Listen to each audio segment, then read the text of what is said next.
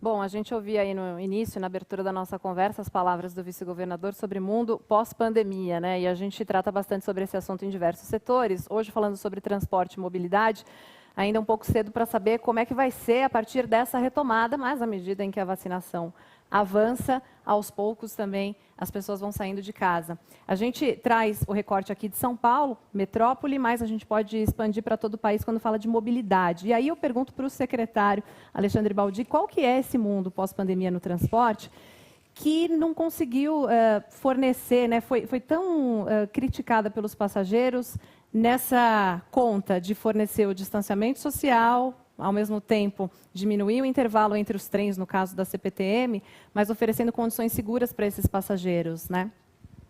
Débora, nós vivenciamos algo que era inimaginável, né, para toda a sociedade.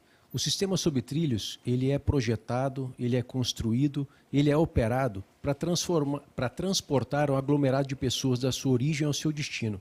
Portanto, não há como nós projetarmos um sistema de transporte público para transporte de um grande volume de passageiros, conforme temos aqui na região metropolitana de São Paulo, quase 8 milhões de passageiros sendo transportados diariamente, a realizar um distanciamento social conforme era e são os protocolos sanitários.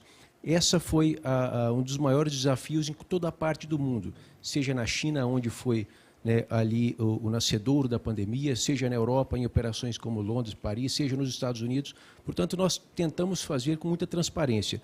Todas as medidas que foram possíveis, nós realizamos. Protocolos de limpeza e higienização, a linha 4, que é operada pela CCR, foi um dos exemplos na utilização de produtos inovadores para que nós pudéssemos inativar vírus e bactérias, sobretudo o Covid-19, para que aonde as pessoas tocam, nas superfícies, elas não pudessem fazer a contaminação cruzada.